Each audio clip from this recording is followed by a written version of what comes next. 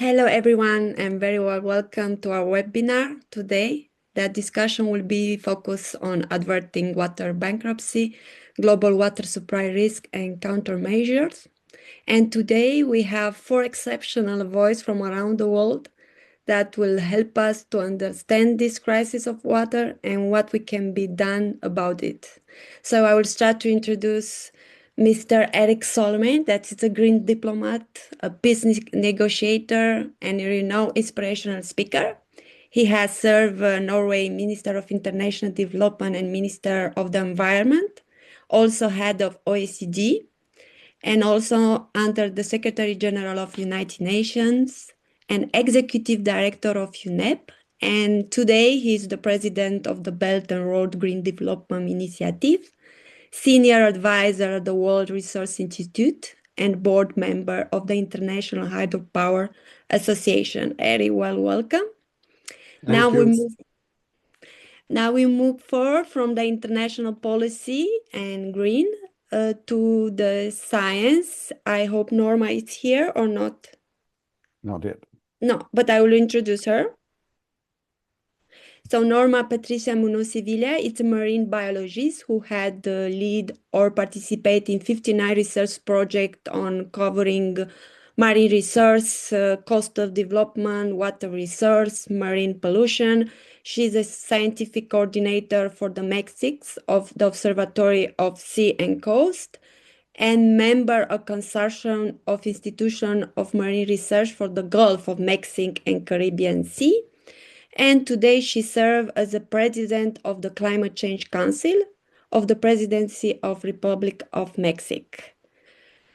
And now we move also forward with the third person. It's a Professor Manfred Stock. It's a physician who has dedicated his career to understanding the impact of climate change on our planet systems. He is leading contributor to the Potsdam Institute for Climate Impact Research, one of the world's most respected climate science institutions, where he served as senior advisor for regional sustainable strategy on climate and global change impacts. Manfred, welcome. Yes, thank you. And finally, one of my good friends and long friend it's Vinod Mishra from India. He brings 20 years of hands-on experience in water and sanitation across India, one of the world's most water-stressed nations.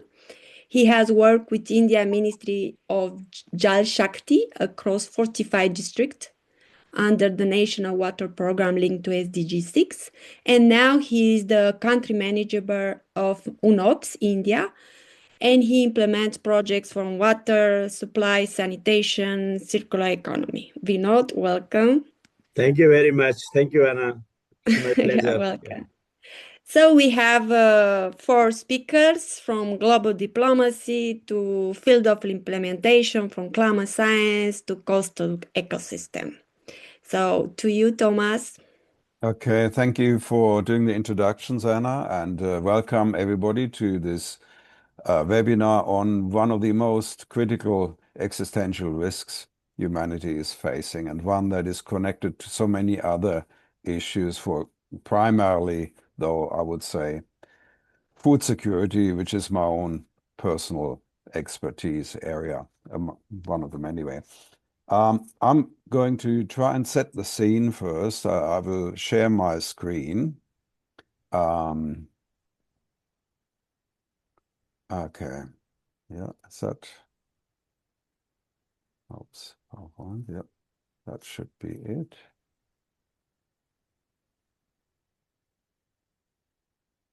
Okay, can you see that okay?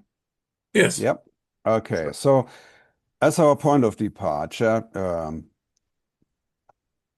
I would like to give you a few highlights from the Global Water Bankruptcy report that was produced recently by the Institute for Water, Environment and Health at the UN University in Canada. Now, okay, so basically what they're saying that across many regions, water systems are under unprecedented pressure as rivers, lakes, and wetlands are degrading, groundwater is being depleted, and glaciers are retreating. And of course, with climate change, evaporation rates increase and droughts as well, though occasionally we also have unprecedented floods. Meanwhile, demand is rising and competition over water by diverse sectors is growing, and that reaches all the way from the obvious, which is agriculture, to things such as hydropower. Is something that Eric will have quite a bit to say about, and an AI data center, something that Anna's done written an article for us about recently. So there's a structural imbalance between dwindling supply and rising demand, and this has led to an irreversible condition that the authors of this report refer to as water bankruptcy. So we are no longer talking about a crisis, let alone water stress, but water bankruptcy. The difference is that water stress is just temporary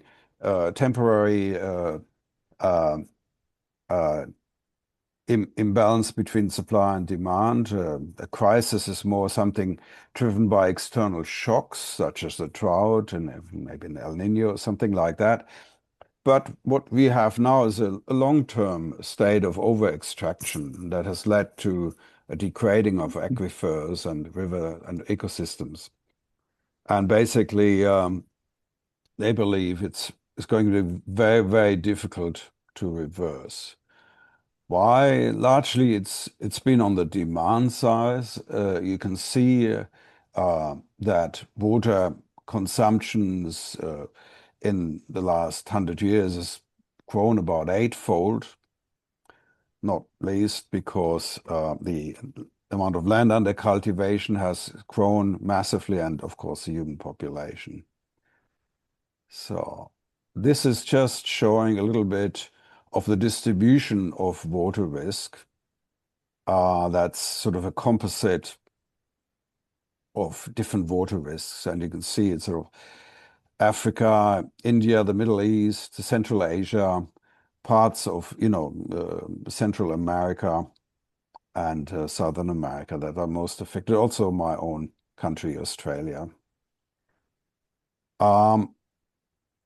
You see that in those same countries where water risk is high, that the amount of water that is used for, or the proportion that's used for agriculture is very high. So in other words, people in these countries are hard up against it because they really need all the water they can find for growing food. But we should be under no illusion that these kinds of problems are not affecting the global north. This is a lake in Texas, Lake Corpus Christi, which in the span of 4 years shrunk massively and devastated the surrounding agriculture, and which is mainly sugar and citrus. So yeah, and so it's not a problem of the global south. Water scarcity and hunger correlate extremely strongly, as you can see. It's, again, the same kind of pattern. Some outliers, though, you can see that, for example, Australia doesn't have a hunger problem because even though we overstressing our water resources, such as the river system of the Murray-Darling, which is our biggest river system, that food is actually 75% for export. So it's a somewhat different situation. Nevertheless, though, it also affects everybody else, because if one major producer of grain, like Australia, drops out or has reduced productivity, everyone is affected.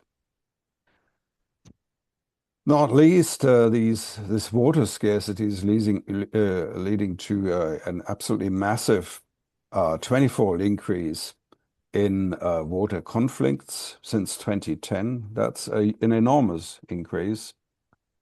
And if you look at the clustering of those conflicts and see, for example, I don't know if can you see my mouse moving there? Yeah, that around the Himalayan region, there's a a lot of water conflict there. And this is also increasingly between nation states. There's a bit of a dam building race going on in that part of the world. Bangladesh is building the new system of dams called the Padma Barrage, a vast project that's supposed to help the drought-prone Southwest. Meanwhile, China's already tapped into the Mekong upstream and also now building a huge hydropower dam on the upper Brahmaputra. And meanwhile, India's treaty governing water sharing of the Ganges River with Bangladesh expires at the end of this year. And India has also threatened to tap into the upper Indus River, which is, of course, the lifeline of Pakistan. So there is, a lot of conflict potential there. We have a situation where the glaciers are melting in the Himalayas and stream flows are eventually going to really be reduced. And of course, there's been a lot of water drawn from groundwater reserves, and they are being diminished. And big factor of that is that Asia, of course, has a very strong reliance on rice, and rice is very water hungry. Okay. And of course, there's the other aspect to SDG 6, clean water and sanitation. It's also about drinking water supplies and access to proper sanitation services. And again, it's a similar pattern, though a little bit, some divergences, but overall quite similar. Okay, so that's all from me, just to set the scene.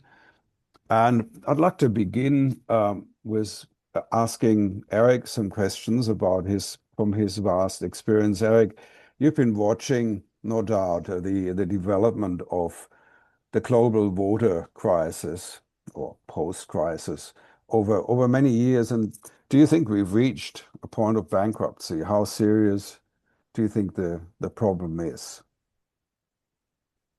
Look, thank you so much, Thomas. And I think your report is very, very valuable. I don't want to struggle about the words. I don't think that's most important. What's most important is that you put the water crisis or water issues at the front and center of global development. That's exactly where they deserve to be. Water is the one substance we cannot do without. It's much more important to the world than, say, oil, even if there is a lot more attention to oil. Humans can live. We know from hunger strikes and other cases that humans can live about 70 days without food. We can live very, very shortly without water. So it's the most important of all substances. I was just in the Qinghai province of China, where China has now established a new gigantic national park. It's as big as England or Uganda, much bigger than Nepal, just to make the comparison. But it's as the source of three of the most important rivers of the world, the Yangtze River, the Yellow River, and the Mekong River. And these rivers are, of course, not just waterways. They are the core of civilization. There would have been no Chinese civilization without the Yellow River. It was the taming of the Yellow River which created the Chinese civilization. And if you move to the Mekong, which ends up in Cambodia and Thailand and Vietnam, there would have been no Cambodia or Vietnam as we know it without the Mekong River.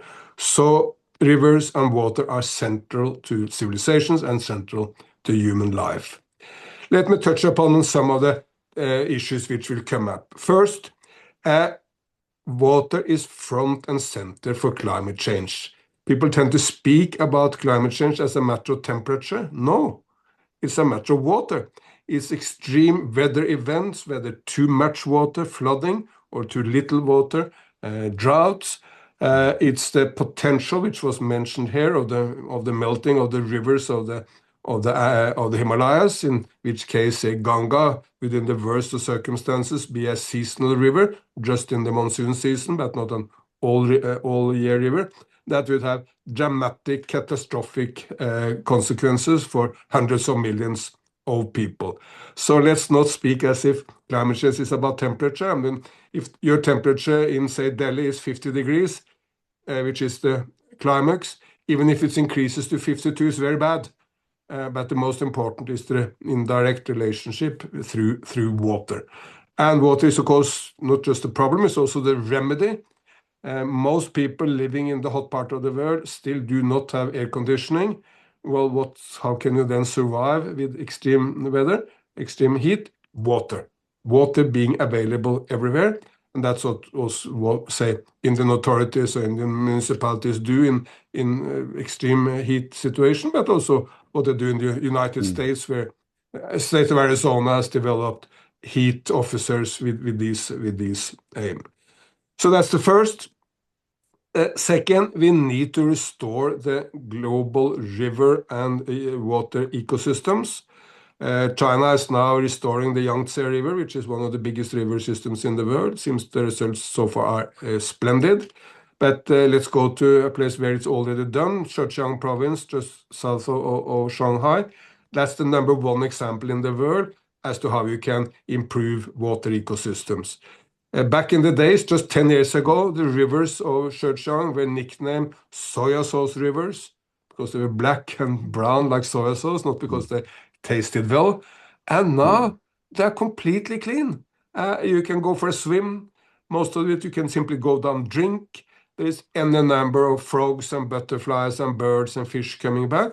So it shows how in very, very short period of time, you can turn around a very, very bad situation into a positive green ecosystem. And what Mother Earth has a fantastic ability to repair itself if we stop the wrong interventions and provide the right intervention. So anyone who say it takes too much time to restore river ecosystems, please go to Zhejiang and get the inspiration. Thirdly, we need to use water much more wisely. We overuse in many cases. I visited Lake Urmia in Iran. At the worst, it was reduced to 10% of the surface, like say the Aral Sea in the former Soviet Union or now Central Asia, because the water was overused for cotton and other agriculture products.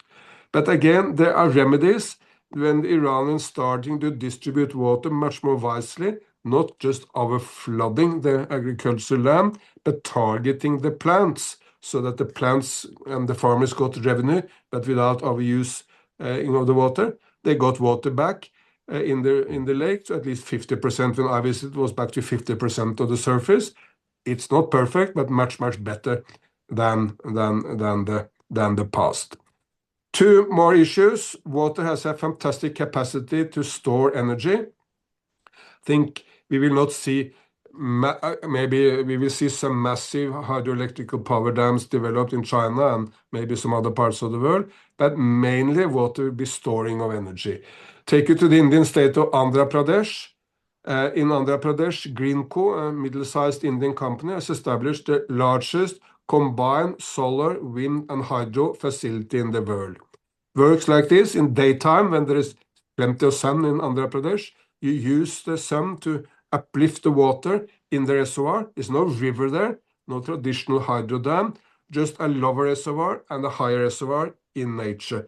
And you uplift the water from the lower to the higher reservoir, and then you release the water at night. This is a human-made but nature-based battery, and this plant is not small and sweet. It's not a thing which a small NGO can do. This is 6 gigawatt. It's as big as the functioning grid in Nigeria, or as big as the total grid in Sri Lanka, the neighboring nation of India. So this is large, and India will make Greenco will make a new one this year in the state of Madhya Pradesh. For those of you who know India, and they will make 5 of them by 2030, and Adani, another Indian group, will make another 5. Well, maybe they'll be a little slower. I mean, maybe they will not be as speedy as this, but the direction is set, and water in India will play a very, very key role as a battery for the drastic expansion of solar and wind. So if you look to this, hydropower, restoration of river ecosystems, using water more wisely, and the impact on climate change, water is the central or one central topic for world politics. And finally, we need more water mediation, more water peace mediation, because water has a potential for conflicts. It's not directly leading to conflicts, always human agency, warlords, presidents, generals who create conflicts, but water can be a source of conflict.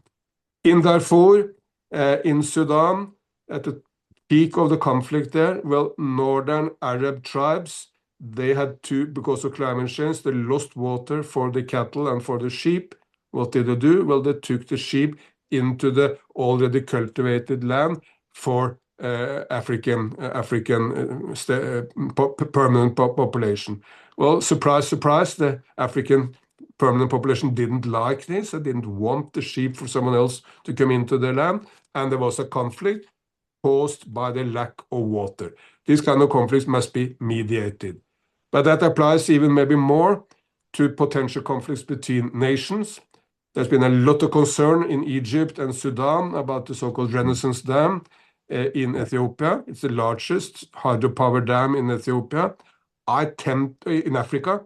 I tend to believe that the view of Egypt is a bit hyped, because it's not used for agriculture in Ethiopia, just for hydropower, and you cannot steal the water by hydropower. But it has been a very tense situation between Egypt and Ethiopia over this dam.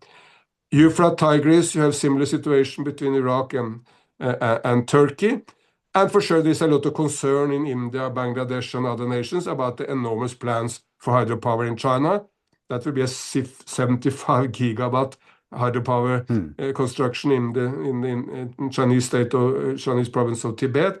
Is enormous, and there are concerns from the downriver nations about this. Again, as long as it's hydropower and not agriculture, may not be a big problem, but these concerns need to be mediated and discussed so that people can relax and sort them Eric, out in peace. if I may, Thank you so much.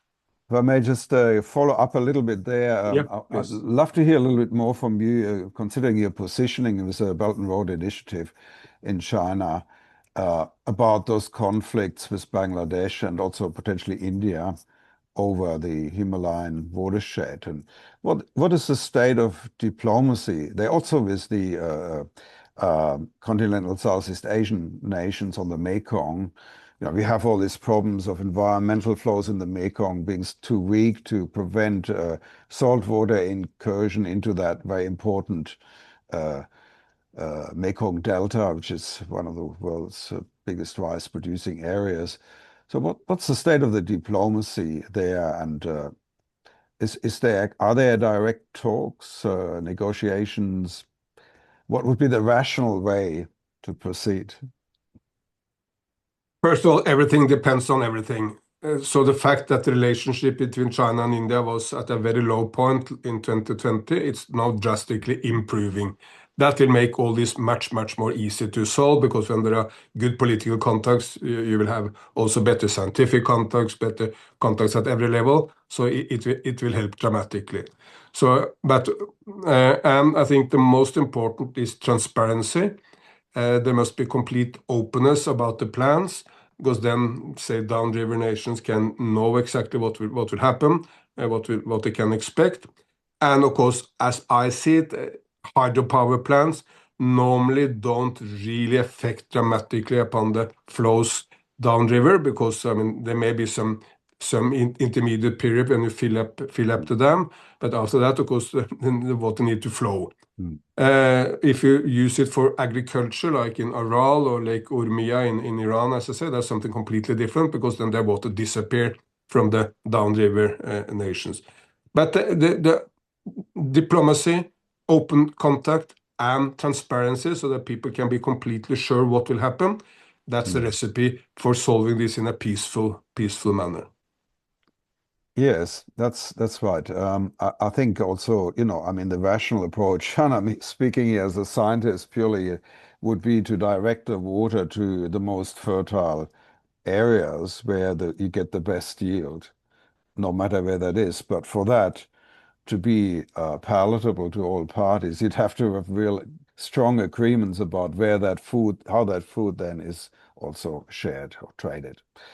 So if you take the China, India as an example, of course, there is relatively limited agriculture in Tibet because of the very high altitude, the very limited population, and the very, very harsh natural conditions. So the main use of the water for the agriculture will be downriver in India and Bangladesh. But again, transparency and discussions and contact is the way to solve the issues. And generally, Eric, just one question, a technical question, because of your, you're also the head of hydropower, the Global Hydropower Organization. And to what extent are the dams for hydropower also dams for irrigation? Are they usually dual use, or how is that relationship? I don't think they're usually dual use between hydropower and irrigation. It's dual use between hydropower and flood control and drought control in a river, because you want a steady flow of water in a river, not extreme droughts or extreme flooding, and you can use it for that purpose. I mean, say the enormous Chinese dams in the Yangtze River and the Three Gorges have this dual purpose of hydropower and flood control, but they are not used in any major way for agriculture.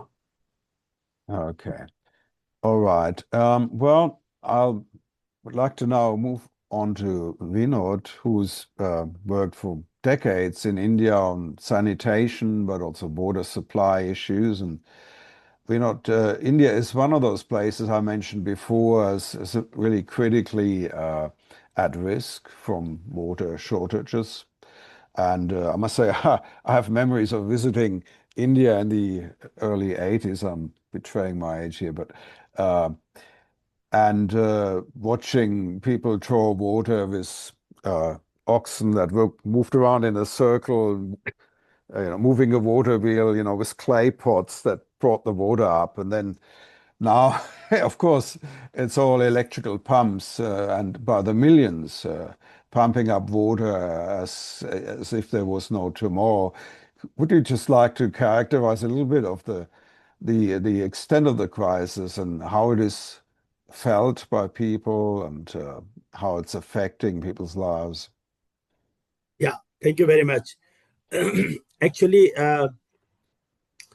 if you see the globally, the fresh water for the drinking purposes and even for irrigation, the totally 3 to 4% is available of the fresh water availability in the, globally. And within 3 to 4%, because others are the sea, ocean, so that's useless for the irrigation, for the drinking purposes. But mostly the fresh water we are using for drinking purposes, for the agriculture, and for the industry, all. So if you see the percentage, 75 to 80% the water going in the agriculture sector through canal, through rivers, and from the groundwater, and 10 to 15% in the industry. So for drinking purposes, it's a very limited 7 to 8 to 9% is available.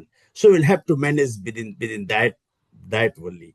So if you think about the water security, it has 3 dimensions. First is the availability of the water, and availability of water, for drinking purposes or maybe agriculture. It's a river, it's okay. River water is available through canal and even some areas in the pond for the agriculture purposes. For drinking purposes, we cannot use the river water directly without treatment, because that's highly pollution. Even in India, in the Brahmaputra, in the Ganga, Yamuna, Narmada, Kaveri, you can say any river, north to south, east to west. So every reservoir and river is highly polluted. So we cannot use directly river water, surface water for the drinking purposes. So they are actually taking the groundwater, but groundwater is depleting very, very, very fastly because the withdrawal is high for agriculture, for drinking purposes. So the major challenge on the water is the availability of the water. that's shrinking day by day because of the impact of the climate change and the over withdrawal for agriculture and for other purposes. So we will have to think how to go for the source sustainability, because if you'll not increase the water in the source, in the groundwater, we cannot sustain the water supply schemes and the system for the drinking purposes. So availability is the major question.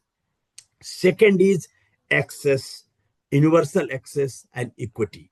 Because if you see the last miles, it's very difficult to get the fresh water and the clean water.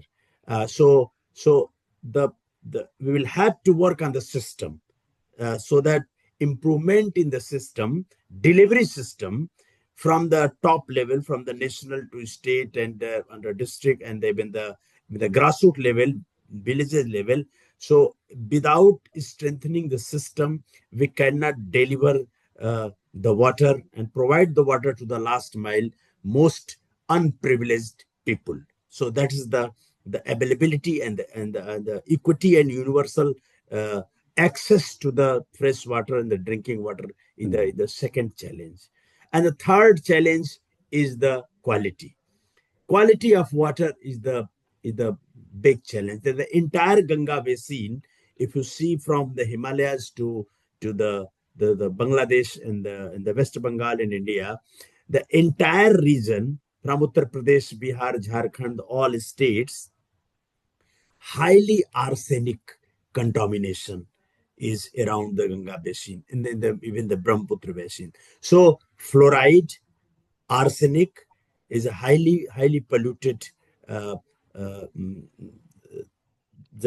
pollution has come up in the groundwater. So how can we manage the chemical contamination from the water?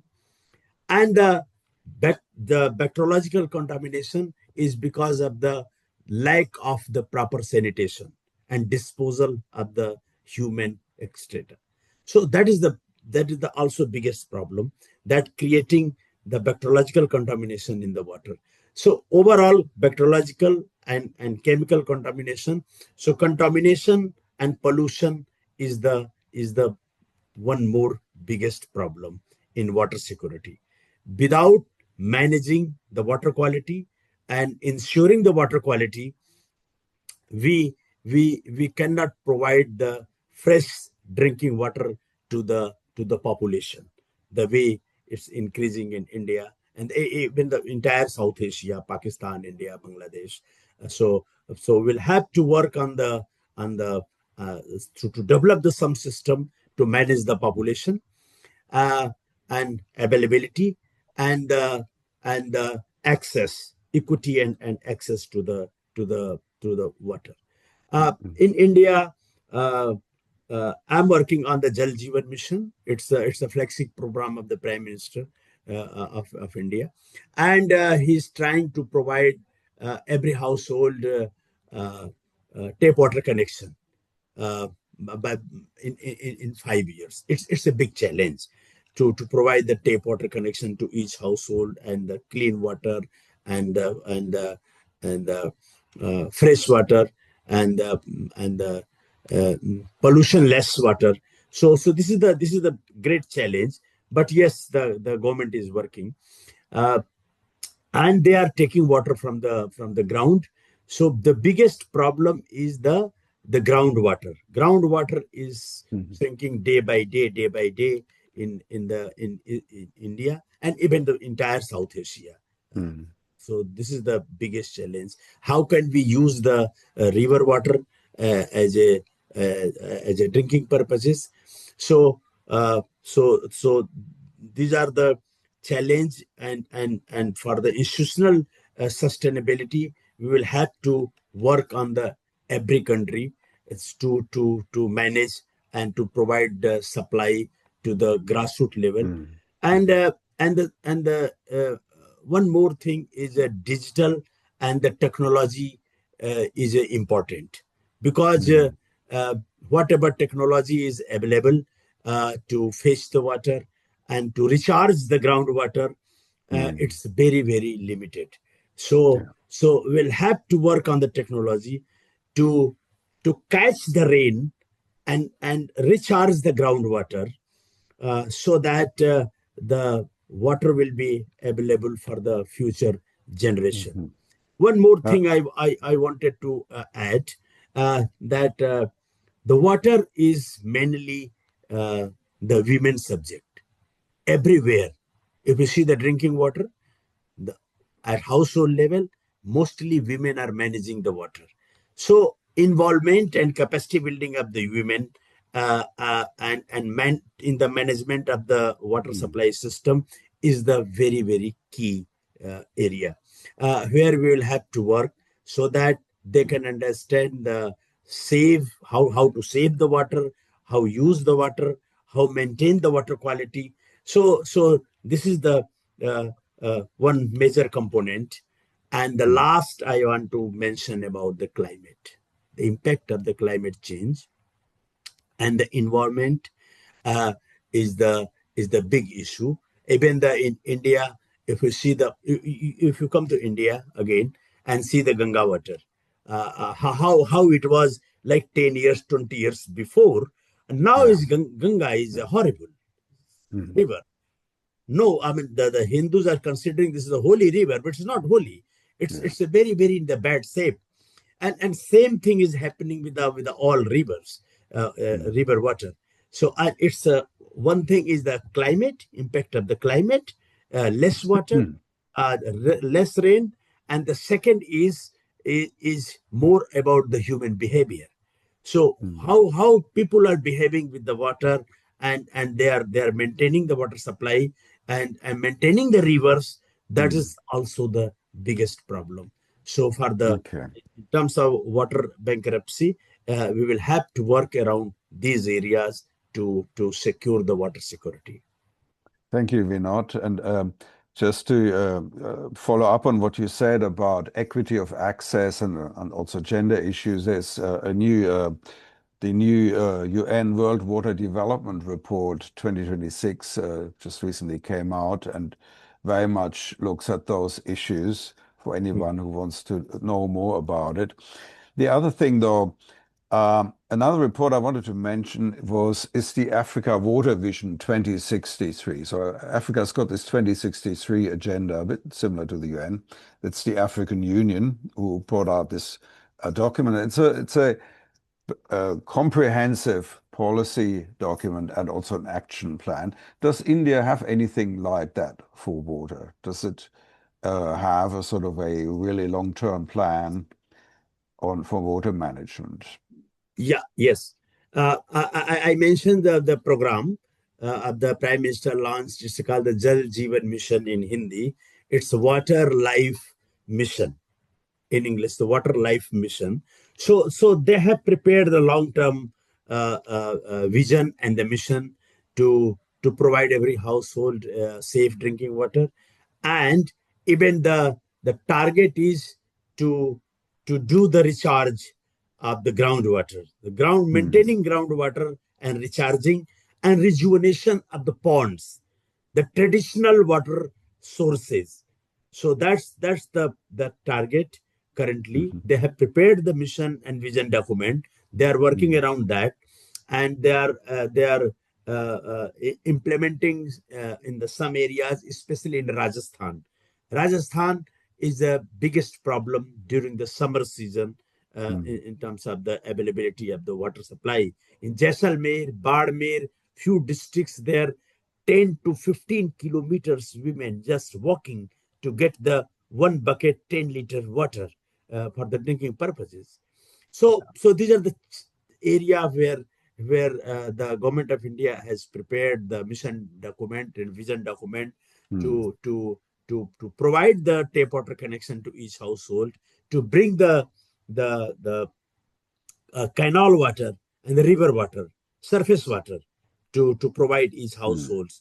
So that in that area, government of India is working, but still the quality is the biggest challenge. Water quality is the biggest challenge. I mean, that's uh, the waterborne diseases is now less because of the sanitation program and improvement of the sanitation disposal system. But still, we will have to work on it so that we can make a fresh water clean and potable, so that people can drink and survive. Yeah. Okay. Well, I must say that, coming back to India after 40 years, 2 years ago, I visited again, including Rajasthan. I must say I was shocked by the state of the rivers, just how little water they were carrying. And of course, the less water, the less stream flow there is, the more concentrated is the pollution as well. And very hard to deal with that. But on the other hand, sanitation has improved massively in India, and the waterborne diseases are on the way out. Instead, you have non-communicable diseases.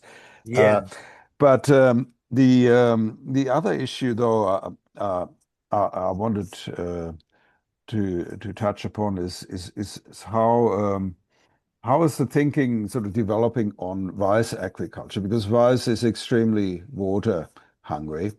Flooded rice fields, the sort of way it's usually grown, but there are other options.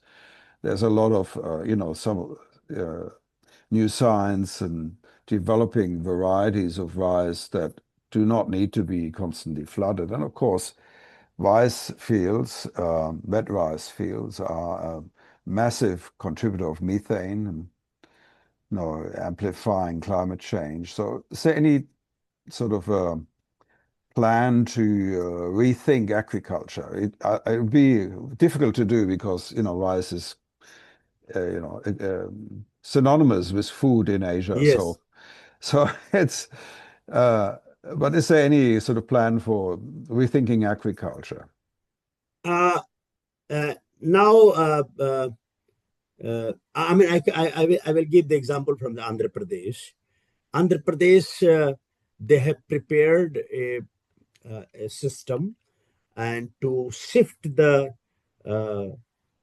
conventional agriculture system to go to the new farming system, where they are developing the new seeds and the new way of pattern of the agriculture that needs less water and without any chemical fertilization and fertilizer. So that system, organic farming, so natural farming and organic farming. So that's also the Andhra Pradesh has initiated. That's coming in Karnataka and some area in Gujarat. I saw. So slowly this momentum, natural farming, moving back to natural farming, and so less water consumption and the less chemical fertilizers use. So in that area, they are developing the new agriculture policy, and the FAO, the Food and Agriculture Organization, that we are working together. They are working with the Ministry of Agriculture and the Food to develop the natural farming system. So in that way, the movement has started now. So I hope that in the next 5 to 10 years, it will be very popular. And especially we need for the Punjab and Haryana. Punjab and Haryana are the most affected area, where they have used the fertilizers decade because of the green revolution, and now they have spoiled the whole soil. It's all poisonous.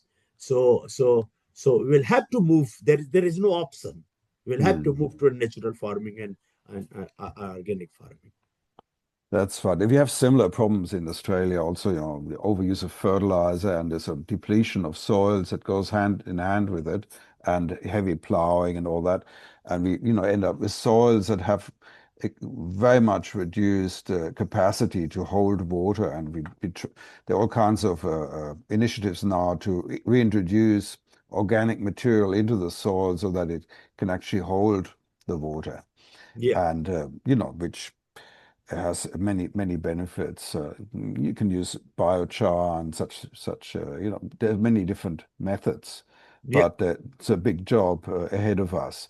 Well, anyway, I would like to now turn to Manfred. Manfred was at the Potsdam Institute for Climate Change Impacts, and one thing I'd like you to enlighten us about, Manfred, is the mechanics of the relationship between climate change and water scarcity. How exactly does it relate? And how does something like that pan out in a place like Germany or in, Northern Europe, which, there's some of the water-rich countries, one would think. How is that kind of impacting in places like that? Is there an impact, and to what degree? And then if you just could sort of explain that a little. Yes, well, Thomas, you have shown the maps of the global maps, and if you look there at Germany, it seems to be that we are here at the safe side. I don't think so. And the reason is that already in the past decades, we see that the difference between the rainfall, especially here where I live, between the low rain, relatively low rainfall, and the evaporation, that the distance goes smaller and smaller in the last decades. And if you prolong this due to climate change into the future, you see that there could be zero water availability for nature and for humans as well. So we have a problem. And the good news, we have noticed that. So we can shift our management from in the past, from drainage of water to preservation of water. And that's what we need. So, well, I was a little bit shocked seeing this report we are talking about on this global side. And I imagine how that would be in the future, even if a 2-degree world, that's really a bad world. But well, having such a bad news, nobody will hear. So we have to transport something which can help people to act, to preserve, to entering an unliving world in the future. We have a chance. We can do this. And we need best practice examples. Some Eric has mentioned already. And I think knowing the risk, which is seen in the report, we have a chance. We can see the windows of opportunity from that, where we can act.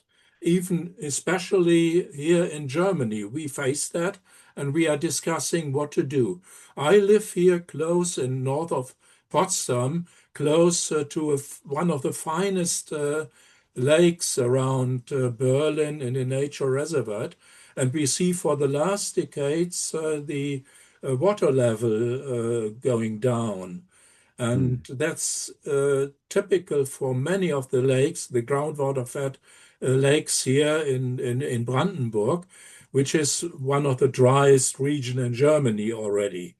And in the future, when the end of the lignite mining ends, then the pumping there will stop, and there the rivers around the Spree, for instance, will fall dry or can fall dry. So we have to discuss what we can do in this situation. And in addition, we in refilling these pits, in addition, now it is discussed to plan AI data centers here around Berlin, which is another problem to water availability then. And so that's what we try to bring into the perspective of water authorities and the policy. So I am involved here in scientific advisory boards as well as in citizens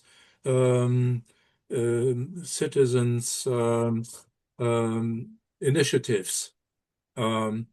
And I hope we can enhance the awareness about the problem.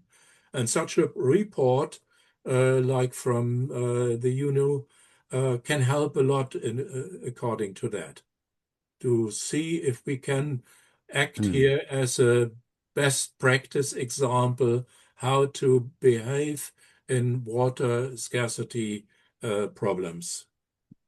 Yes, I wanted to comment on the vulnerability of a place like Germany, which is comparatively water rich.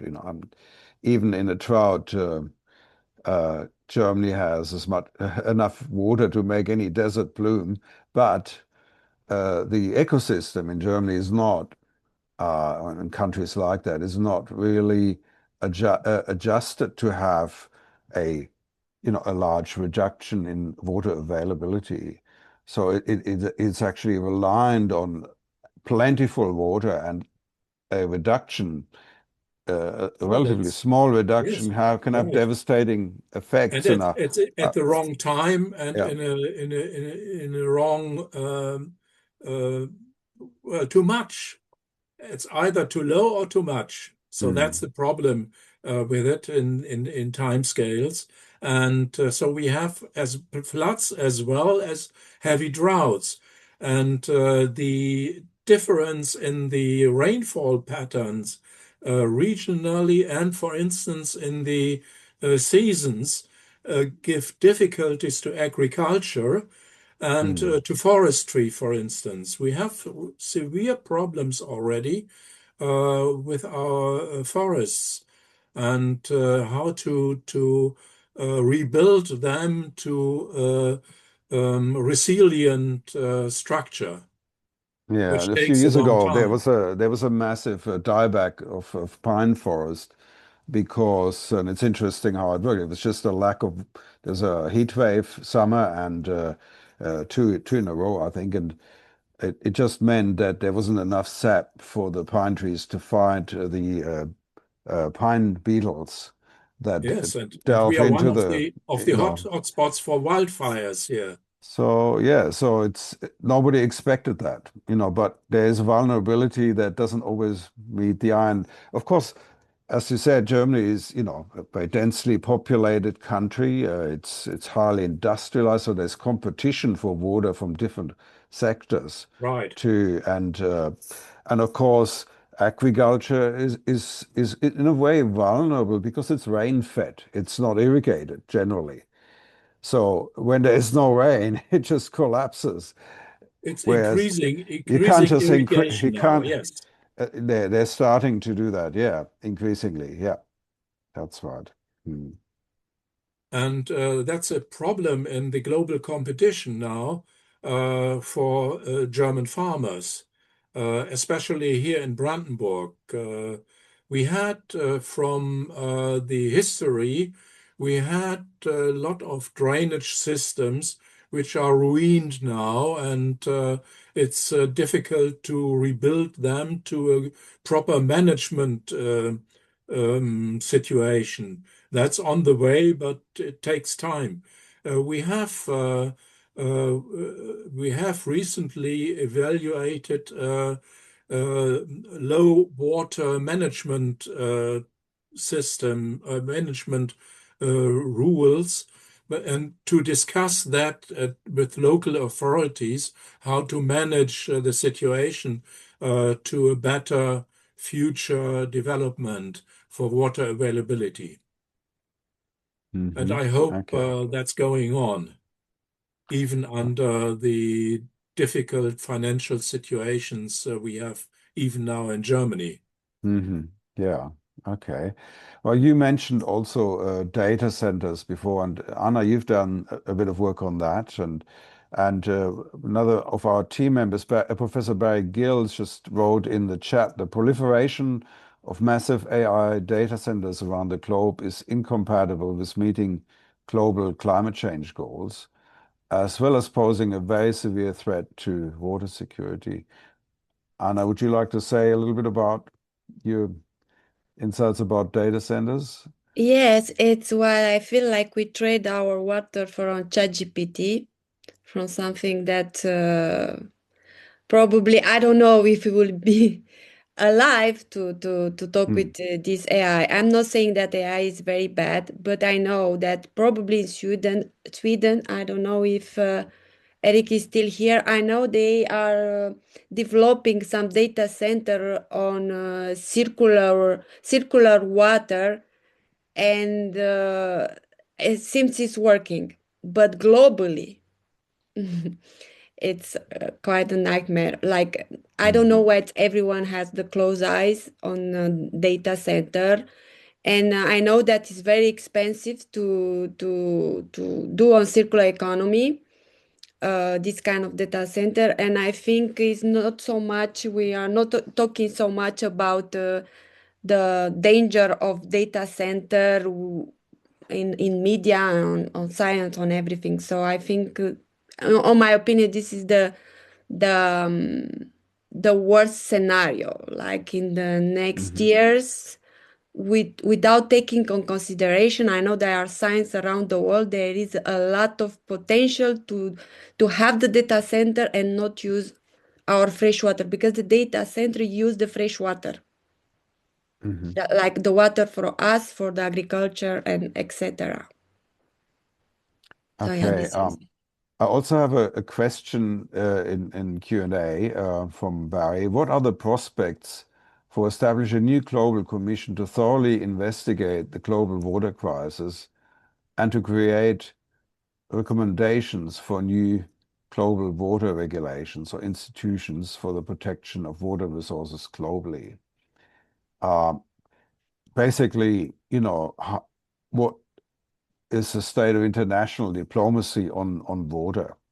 As far as I know, obviously the UN made a number of efforts to coordinate water policy or to set certain standards.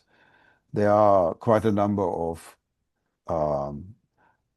multilateral agreements on water between nation states, but there are also a lot of conflicts, and I don't know that we have anything approaching a roadmap at a global level. But I don't know, Vinod or Manfred, do you have any insights on that, on global water policy or say European level? How far have we progressed there? Well, what I mentioned about the windows of opportunity in the UNO report, it was said that it's a global system failure, and because there's a growing gap between human demands on the environment, such as water withdrawals, and the physical regenerative capacity of the Earth, so-called planetary boundaries. That remind me to the report Limits of Growth of Club of Rome. And we had a seminar this week at PIC where was mentioned the Climate Policy Initiative, which helps governments, businesses, and financial institutions to drive economic growth while addressing climate change. And there was said that we have to bring private money into solving problems locally, best practice examples. This is a part of adaptation to climate change. Most of the money, and even especially private money, has gone into problems of climate mitigation, not so much in climate adaptation, where water problems belong to. And so we can bring the awareness on these problems there to get money into to finance best practice advices. And I think that can help a lot if we use the global financial system and economic system to solve the problems instead of only producing problems. Right, yeah. And this also connects to a question from Zainab Mansarai from the audience, who's from Sierra Leone. And he reminds us that just how long we've been campaigning for climate change action since, Al Gore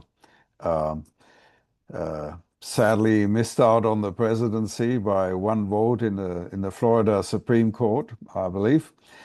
How different the world might look now, but we are still, as it is, struggling to get climate mitigation happening, though there is a massive energy transition happening. We have last year, latest International Energy Agency reports say that twice the investment in renewables than in fossil fuels. So we see that it can happening. work there. Yeah. So it can work with water problems as well. The problem is that at current rates, I think it'll probably be more like 2060 before we approach anything like net zero. Even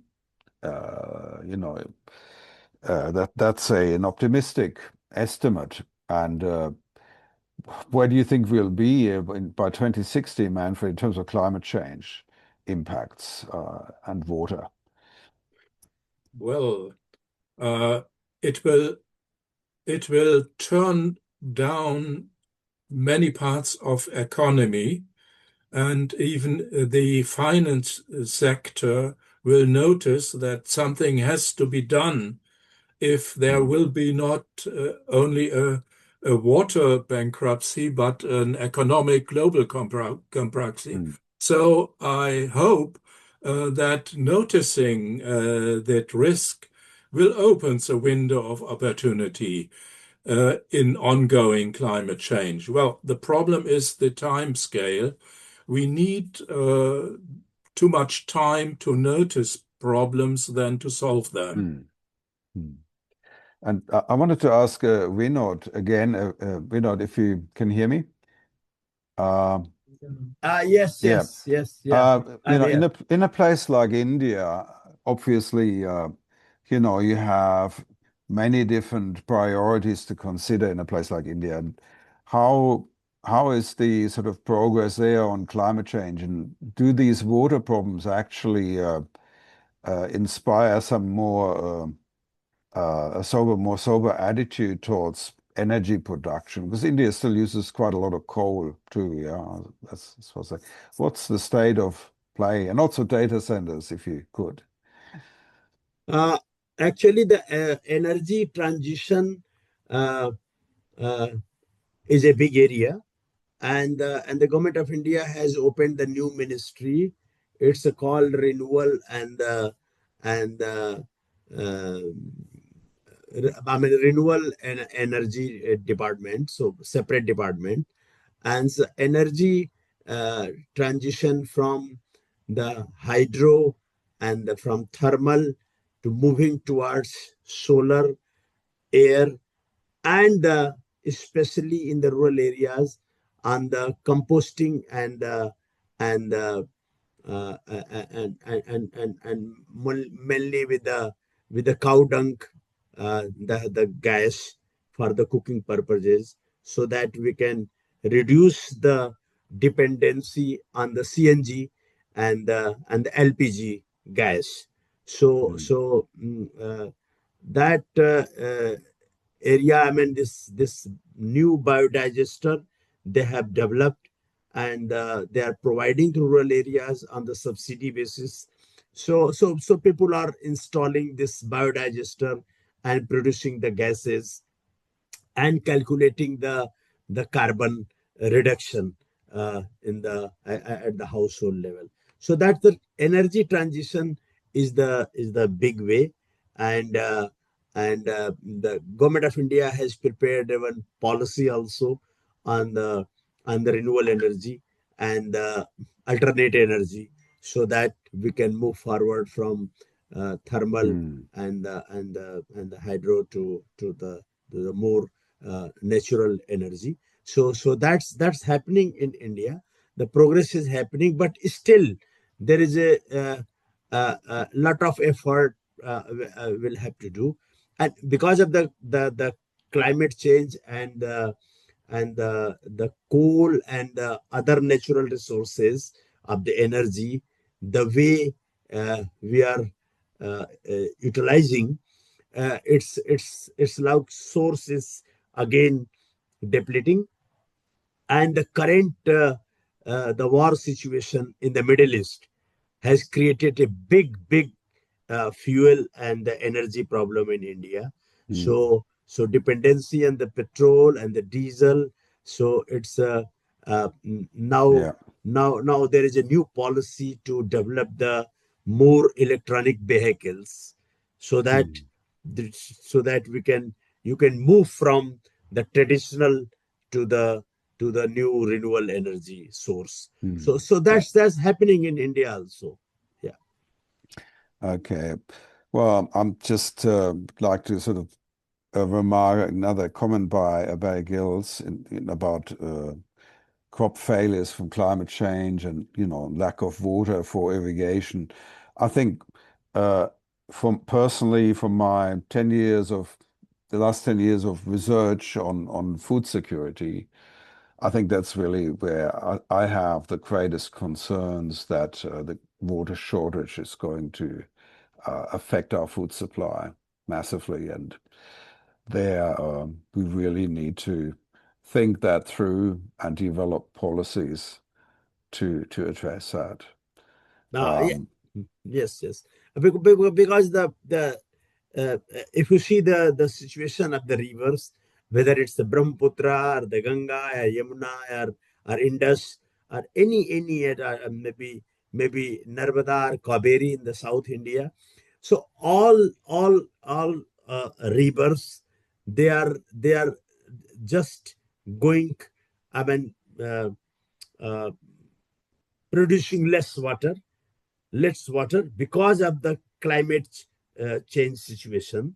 So and even during the rainy season, there is a huge problem of the flood, because the what happened of the impact of the climate change, that rain happening for a very smaller period of time.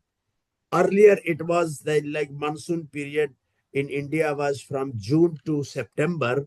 Now it's the monsoon is coming very late. It's July, maybe end of July, and just end of August, that's finished. So within 1 month, the whole uh, uh, rain is happening. So during that period, there is a problem of the flood, but the whole water is run off to the ocean, not able to catch the rainwater in the villages and in the ponds, and the dug well, so that we can keep the more water available for the agriculture purposes and the drinking purposes. So this is the again one biggest problem of the impact of the climate change in India, and I think is happening everywhere. Yeah, it certainly calls for a systemic approach, because there's so many stakeholders involved too. I mean, we talk about the importance of soil condition for water absorption, preventing floods, absorbing, those, heavy rains, the loss of wetlands. So it's the conservation issues, the things about soil repair, yeah, after the excesses of the Green Revolution. There are, so farmers are involved. You have, of course, drinking water issues, sanitation issues. It's a very complex problem, and different industries, new industries, but also established industries like power stations, whether they're coal or nuclear, also require masses of water. So it's a very complicated issue because water touches on all aspects of life. Anyway, I'd like to thank you all for your contribution. Eric had to leave a bit earlier. He let us know in advance because he had another engagement. So, but thank you very much for your contribution. And yeah, we will. We hope we can have you around at another occasion.